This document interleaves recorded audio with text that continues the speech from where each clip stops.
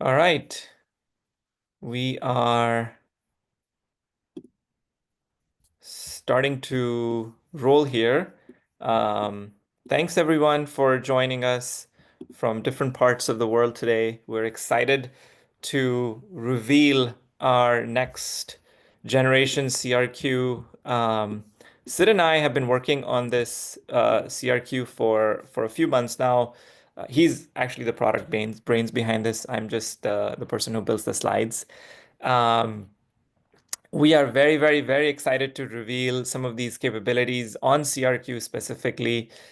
Before we get started and get deeper into the product, because that's where we actually want to get you to. We want to show you what we have built. We want to show you what CRQ today is able to do that it wasn't able to just a few months back because of the development in AI models, because of the capabilities that we have today available from our tech partners like NVIDIA. We have a lot of ground to cover, but before we get started, I want you to introduce to Sid, who's again really the person who has been leading the charter on CRQ. Sid, why don't you tell folks a little bit about your background and how you got thrusted into CRQ? Yeah, sure. Thanks. Very good morning, very good afternoon, very good evening, depending on where you're joining from. Really excited to talk to all of you about CRQ. So I am the product manager that looks after CRQ at Balbix. My background is I'm an actuary by qualification, and I've spent over 10 years building risk quantification models as a consultant, as well as a practitioner. So really excited to hopefully provide some really reasonable insights into what next generation CRQ looks like and what you can expect from this webinar. Awesome. And you're doing this at 8 or 9 p.m. your time, so you must be really excited to be here because nobody in their sane minds would talk so eloquently about CRQ at 9 p.m. in the night. So thank you, Sid. Most welcome. One quick logistics item for folks. Remember, this is going to be a couple of slides, just kind of give you a framework of how we think about CRQ, followed by a demonstration of the product to show you some of the capabilities that are live available today. There'll be Q&A options that's at the bottom of your screen. So if you have questions, just put it along the way and we'll answer them. We want to get as many questions answered as possible. May not be able to get through everything, but we have some takeaways at the end that you can reach out to us. So we will use this opportunity to get your questions. If we can get to it on the webinar, we'll definitely either email it to you, our response, or we'll try to answer it on the live. So keep getting those questions coming in. If you go one more slide ahead, I wanna give you guys a question. I want to open with this question because this is one question or one of the variants of questions that we get asked all the time, which is imagine you're in a board meeting and no matter if you're a CEO, you are a CISO or one of the security leaders, you get asked, what's your financial risk if we get hit by a ransomware? It's a pretty straightforward question. From a CEO standpoint, they want to know what happens, what's the risk, what's the impact. Alternatively, they may ask, what if we allocate X amount of budget to security? How much risk are we going to actually reduce? Now, the challenge is that most security teams don't have clear answers to these questions. And the reason why they don't have clear answers because traditionally CRQ was not meant for real-time decisions. And the reason why it wasn't built for real-time decisions is because the traditional methods of CRQ reliant on people answering questions about the risk they know and how the risk has changed. But the world, as you know, today has changed quite a bit. Risk has evolved really fast. There are new assets, new vulnerabilities, new threats, new exposures that get released, announced into the world every day. And what we are doing today is we want to show you how we're making CRQ actionable, how we're making how we are making CRQ more responsive to those real-time threats, vulnerabilities, and exposure. And we want to give you a framework to plan, predict, and act with CRQ. Now, before we get deeper in, CRQ is meant to really help your teams understand and reduce risk. Now, there are three main challenges or three main purpose of CRQ as we see it. The first one is communication. The second one is risk reduction. And the third one is gamification. So let's break it down a little bit to articulate what these things really mean. The first thing is communication. Everyone knows this. Everyone really wants CRQ to be able to communicate risk in a way that resonates with executives. Now, that means translating complex security stuff into financial terms that are super easy for non-security leaders to understand, which is where the risk is and what needs to be done to reduce the risk. And better communication has overwhelmingly led to most CISOs' success. So you want to use CRQ because you want to communicate more effectively. That's clearly number one. Where things start to fall a little bit is how do I use this communication? How do I use the risk to then be able to reduce the risk in a way that is aligned with my not just financial goals, but also technical goals? And that means CRQ should provide a way to prioritize the risks that are most impactful to me. It should take my team away from chasing these low attack, low impact exposure to high critical impactful thing. And of course, the side benefit of it is also going to be reduced workload.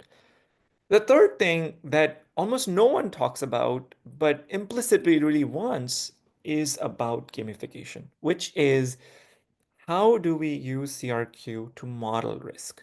How do we create these what if scenarios? How do we mature our security so we can emulate the questions that our CEO are really asking us, which is what we started off with.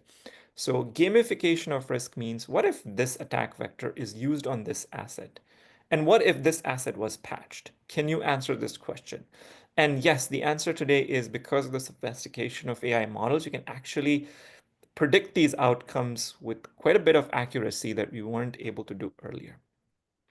Now, if you go on to the next slide, there are a few hurdles that get in the way. The hurdles that get in the way are one, if you look at the CRQ of the past, it's genuinely difficult for people to understand how you arrive at a risk, how this risk was calculated, what analysis went into this risk. That's really hard for CISOs to communicate and articulate. Second, there's a little bit of subjectiveness to CRQ. So, there are some decisions that are made by people, there's some guesswork involved. So how do we get away from this subjective nature? And third one, which we talked about earlier, is there are no clear steps. Like, what do we do next? So that's great that you have these numbers. You're telling me about your risk, but what do we do next? And the way these things have changed, and hopefully we cover a lot of these now with you, is on the right. That is, CRQ is much more explainable now. And the way it's more explainable is because we have brought in Gen AI to help executive articulate the why behind the numbers. How did you arrive at this math? You don't have to go talk to an expert anymore. Our Gen AI systems are very smart. They're very capable to give you a very reasonable explanation, and you can ask it to explain it in the layman terms, so you can communicate that to anyone you like. So the why behind the numbers are not as much of a challenge anymore. Second, we've made it more automated and more data-driven, so it's not subjective and manual. You can exactly monitor the specific feeds you need to put in your CRQ to make it more robust and make it more real-time and make it more performant. And the last thing is that it's become more operationally actionable. So it's very much connected to your risk reduction framework. And that means that what CRQ tells you, it'll also come up with recommendation that you can implement, give it to your operations team to go and reduce the risk.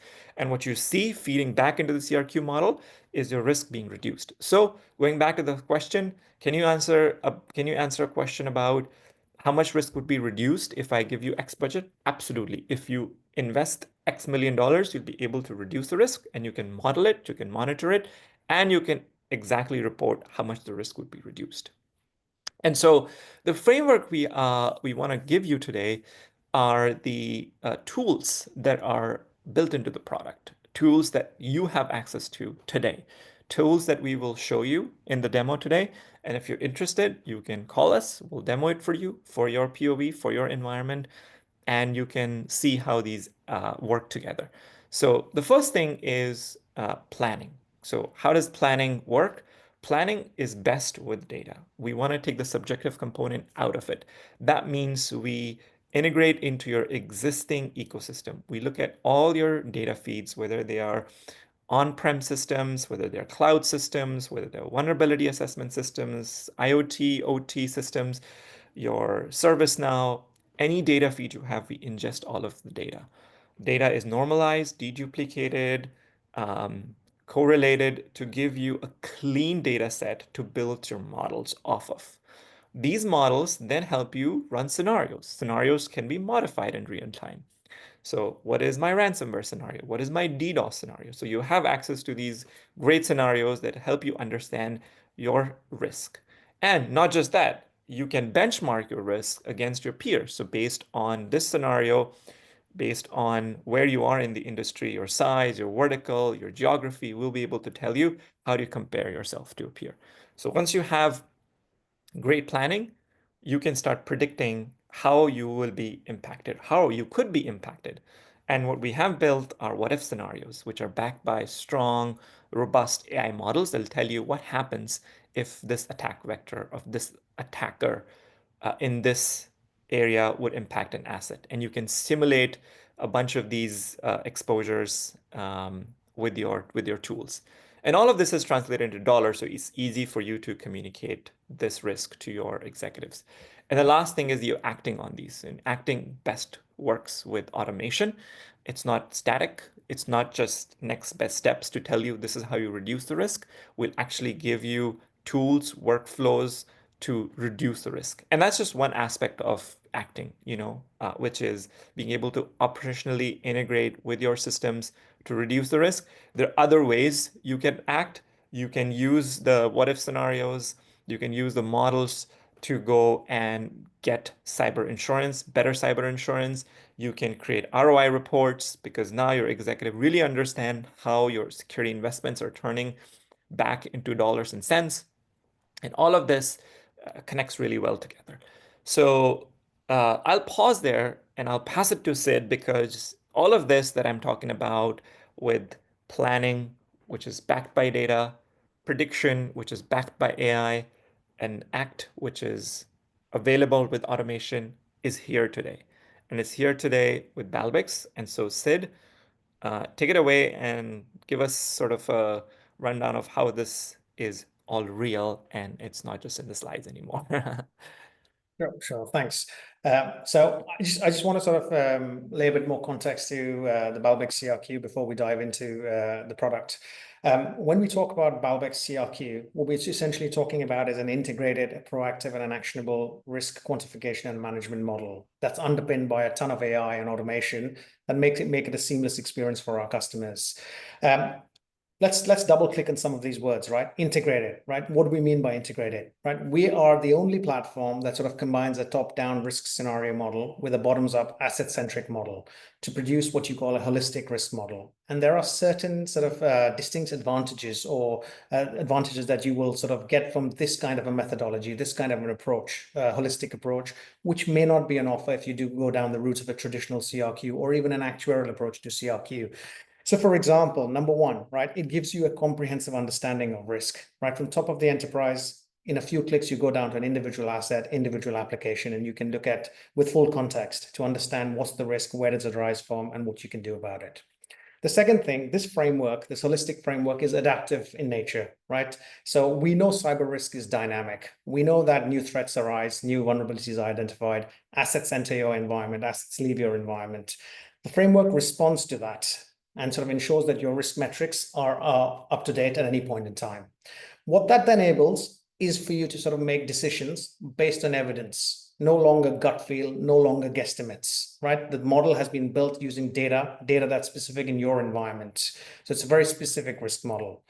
Then obviously you have enhanced risk management. So you can take actions at two levels within the product. Again, a distinct feature which you can't do with a traditional CRQ approach, and we'll touch on that in a couple of slides. And then finally, obviously, results in improved communication and business alignment. So what that suddenly means is, as a cybersecurity function, you suddenly go from a cost center to a business enabler. And the diagram that you see, the slide, the diagram that you see on the slide essentially is our risk Sankey diagram. That is reflective of this holistic approach. So we'll talk through exactly the same sort of diagrams in the product. But essentially on the left-hand side, you see all the holistic factors that we take into account when we compute risk. So we look at the enterprise, we look at the impact. So if there was a cyber attack, how much would it cost the organization? Like Umang mentioned, right? You can run different scenarios, ransomware, data breach, DDoS, right? You'll have scenario-based impacts as well. We look at controls and control efficacy, right? How effective are your current controls to sort of mitigate risk? We look at exposures. In other words, how risky is the underlying business, right? How many exposures are there? How many are really, really severe and critical in your environment? We look at the assets, the type of assets, the kind of assets, the role they play, the asset criticality. And we also look at the threats. So in this example, there are 70 distinct TTPs, that are the MITRE techniques and tactics that are live in this environment, and the overall threat level is high. So all that information is taken and then sort of is used to compute risk, compute impact, and compute likelihood, which then combine to produce risk. And on the right-hand side of the page, what you see is next best steps. So essentially, this is again, a massive distinction that Balbix offers, which allows you to tackle risk reduction in two different ways. One is by putting in place a control maturity initiative or control maturity strategy. On the other one is to sort of operationally reduce risk. And we'll talk of them now as we progress. So as we go into the second word, proactive, right? So you've run your risk assessment, you know what your risk is, you want to sort of burn it, it's too high for your liking, you want to burn it down to under your risk appetite. What can you do about it? You can get proactive. How? You can sort of look at the controls in the first instance, right? You take the controls, you look at all the controls or subset of controls that you want to sort of improve, that are strategic to your business and that you feel will help you sort of secure and improve resilience. In this example, for example, we've taken 5 controls, we've looked at them, we want to sort of improve the risk, the maturity of these controls. The green bit in the middle is my current control posture. The blue bit on the outside essentially tells me that's the baseline, that's where I want to get to. So I want each of these 5 controls to be at an efficacy or an effectiveness of 80%. Right? Once you select the controls, Balbix AI will go in, will compute the total risk reduction potential for these controls. Not only that, we'll compute the risk reduction potential for each of these controls on its own right. So essentially, going from the tip of the green to the tip of the blue, we'll tell you how much that costs, and we'll show that to you in the product in a minute. And so by using our what-if simulation capabilities, you can look at different control mitigation or control improvement strategies, right? But here's the thing with control improvements, right? If you only rely on control improvements to burn down manage your cyber risk, then it's not an optimized strategy. Take, for example, right?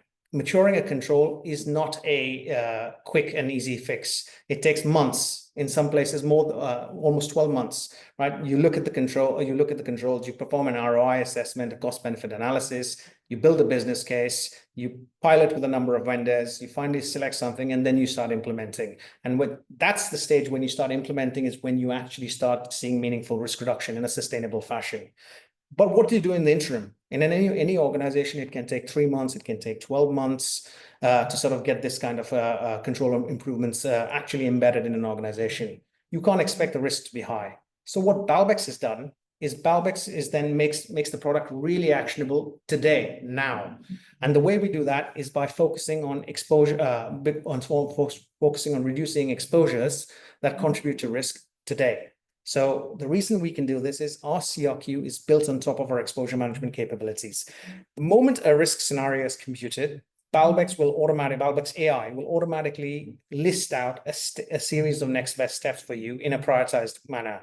It will tell you what's the business impact of this particular next best step. It'll tell you what's the risk reduction potential. And most importantly, it will also sort of tell you, based on your track record, how long it takes you to fix this versus how long it takes the best of breed in your industry to fix this. So it's basically tells you can fix this in 34 days, but the best in class can fix this in 7 days, and they can achieve risk burn down and risk reduction much faster. So there's something you need to do about it.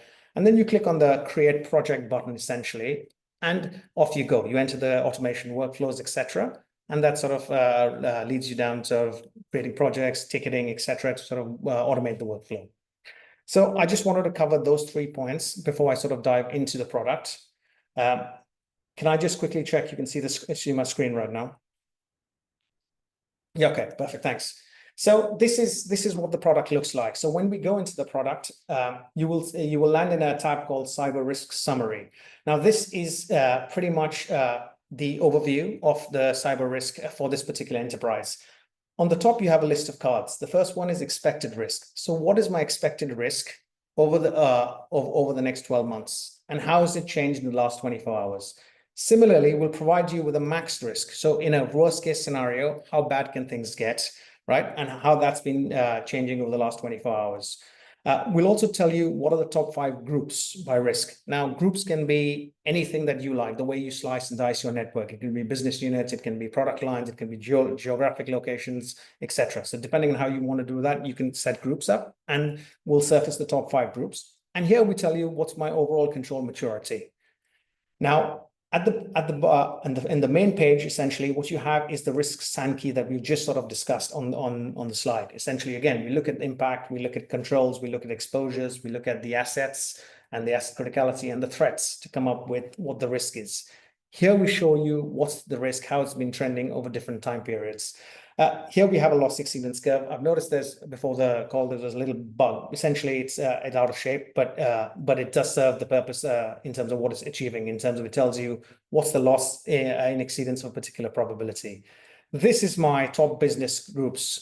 So I can sort of just hover over them and it'll tell me what's my group. This is a business unit, which is BU Digital, with a breach risk of 4.74 million, a breach likelihood of 49%, and a breach impact of $9.7 million.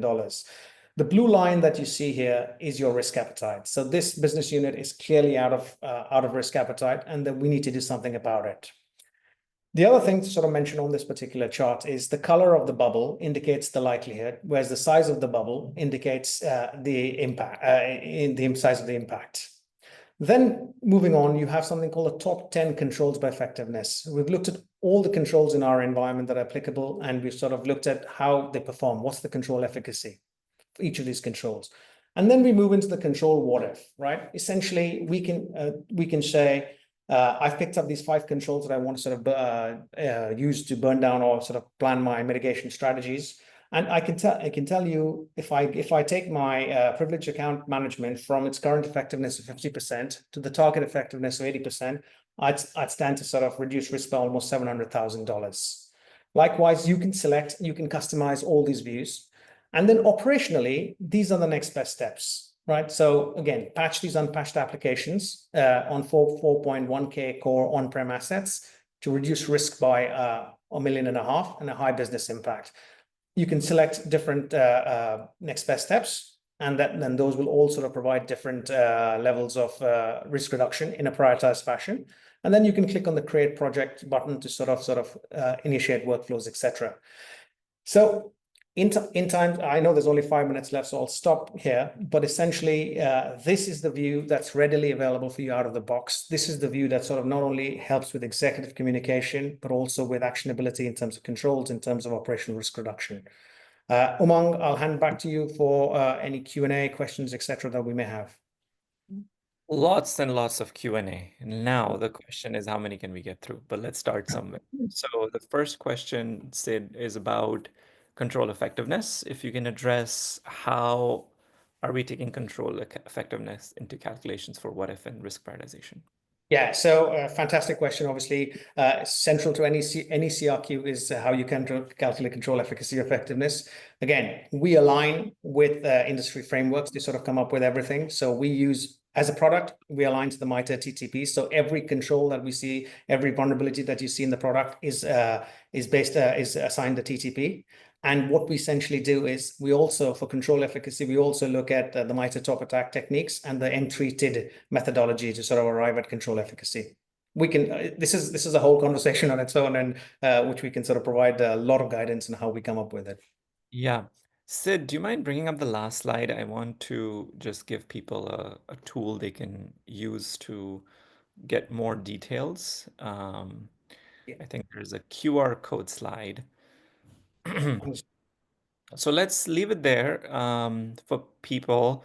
What I wanted to cover is, if you want to learn more, we'll go through some more questions as they're coming in for the next 3-4 minutes. But we are taking limited trials of CRQ at the moment. We can only handle so many people. So if you want, people on this webinar will likely get first dibs because you're here to sign up for these demos if you're interested in learning more about CRQ for the next day or so. As we fill up these spots, we'll probably take a pause before we go back out. So use this QR code to request your demo, request your trial. So Sid, a couple more questions. Can these top-down risk and scenarios be customized, or are they out of the box based on industries? Yeah, so what as a product, we want to be able to sort of provide a maximal automation. So what we do is essentially we'll provide them out of the box, and then we'll also open them up so you can customize them for your own requirements. Again, everything we do in Balbix as a philosophy is we want to do it for the customer to the extent that's possible. So with every calculation you see, Balbix will make some recommendations, and the customer has full control over model tuning and adjusting those assumptions to customize them. Another question is, what are the prerequisites to implement this model? The Balbix is a tool. What do people need to get started? Yeah, I think onboarding is a simple process. So typically the way we work with customers is we'll sort of agree what the scope of work you want to sort of do initially, and we'll look at the data sources that you have. We'll ingest from them.